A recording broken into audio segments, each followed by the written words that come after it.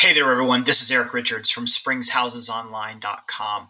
So, monthly report. Sorry, a little bit late. Had some issues actually with getting correct reports, but I reached out to the friendly folks at PPAR to get some updates to them. So, again, this is data that's provided by them, and I just disseminate this to all of you who have signed up on my website. So, let's go through these three fun little attachments and go over what happened in February of 2026. So we see that the total number of homes for sale is rising a little bit. It's not enough for me to really get worked up over, especially given that this is almost nearly flat, considering how much of a curve there was over the last rolling 12 months. We see a pretty significant increase in the amount of new listings. I call this confidence in the market. I call this when people are saying, you know what, feels like the right time to list my home. Under contracts. As I've said before, this is the canary in the coal mines for a buyer's willingness to put a home under contract, but also a seller's willingness to accept the offer. So we're looking for some balance and equilibrium. 1606 versus 1578, when you compare it a year over year, I'm not going to get too worked up about that difference there. Days on market, a healthy drop back into the 60s. My personal feeling after 17 years of doing this is that right around 50 to 60 days on market is healthy and stable for both buyers and sellers. There's some negotiation, but there's also some desire for some houses. Total sales year to date. So we're only 2 months in to the new year. Kind of tough to get really excited about this, but we see a general trend of decline. Is this a new established trend where we're just going to see the first couple of months of a new year being down? I don't know. There's a lot of stuff at work right now, so just take it for what it is.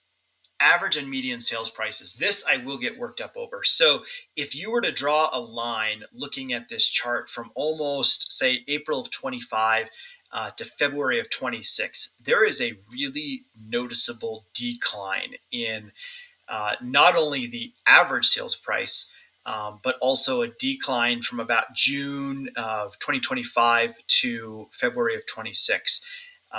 I like this correction. I like this because it brings property values more in line. And what I'm seeing out in the market with buyers that are shopping the fours and the fives and the sixes is that homes are negotiable. There's a lot more opportunity, which means that sellers have to get competitive within their competitive set in order to sell their property. So I like this trend. If we had a chart that showed, say, 21 and 22, you would see a general increase that was crazy. Residential home sales. This chart always is a bit confusing because there's just so much going on, but I always like to highlight the difference in our market between houses and then condos and townhomes. We just don't have a lot of condos and townhomes. Of approximately 200,000 housing units in Colorado Springs, we have more homes and we don't have a lot of condos. And this is always concerning because for first-time home buyers and people that are just entering the market from perhaps another market, condos and townhomes are affordable compared to houses. So I would love to see this gap close because I think this would bring down the average prices of houses. My favorite chart for those people that don't like looking at graphs and lines and bars, this makes sense of it all. New listings, 1418 in February. We see an average sales price decline of 3.6%. And then we also see the month supply. This one is always really helpful when people are like, how's the market? And I go, well, there's currently about 3.5 months of supply of inventory available. So that always frames it nicely. Last number I like to focus on is year-to-date volume sales. So you look at 2025 right here versus 2026, and you see that we're down about 3.5%. Last one, this is for the sellers. This data is always really helpful, and I think everyone, when they're considering listing their home, should see this chart. If you are in the $400,000 to $500,000 price point, and you are active for sale, and you're wondering, how much of a price reduction should I take? Well, 25% of homes that were available had to take a price reduction of 2.4%, and that is, definitely noticeable.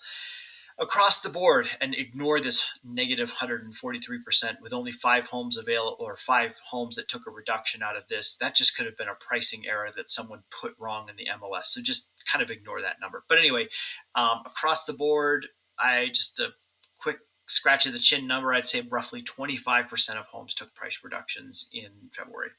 Teller County, obviously a lot less extreme, with just a lot less homes available for sale. I would say that if you're in Teller County, rely on the fact that you probably live in a wooded area. You have nice scenery. You have a little bit more of a rural feel. People are driving up there for a different reason, and usually when you're not facing a lot of competition in the area, you can hold the line on your pricing a little bit more. So anyway, for what it's worth, that is our market report. I look forward to seeing you guys pretty soon in March as we go, in April as we go over what happened in March. Talk to you soon. Thanks.